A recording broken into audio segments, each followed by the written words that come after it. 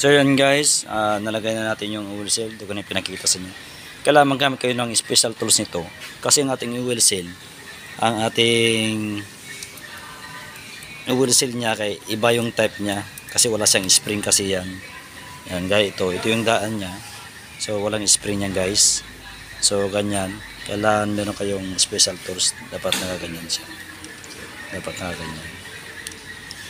Ito yun ay pinakita po sa inyo na ibalik ganyan. Ganyan po paglagay niyan. So ganyan talaga yan sa oil seal. Para hindi po ma-damage yung mga lips niya, pati yung wiper niya. So yan guys, na-install ko na. Kung kailangan mo nag-out tayo ng special tools ito, ginawa ko. Yan, sakto-sakto yan. Ayan, kung ano man ninyo. Sakto-sakto yan sa oil seal niya. So yan guys, okay na. Install na natin. Sakto na yung kanya, yung clearance niya sa ating oil seal, sa ating trip.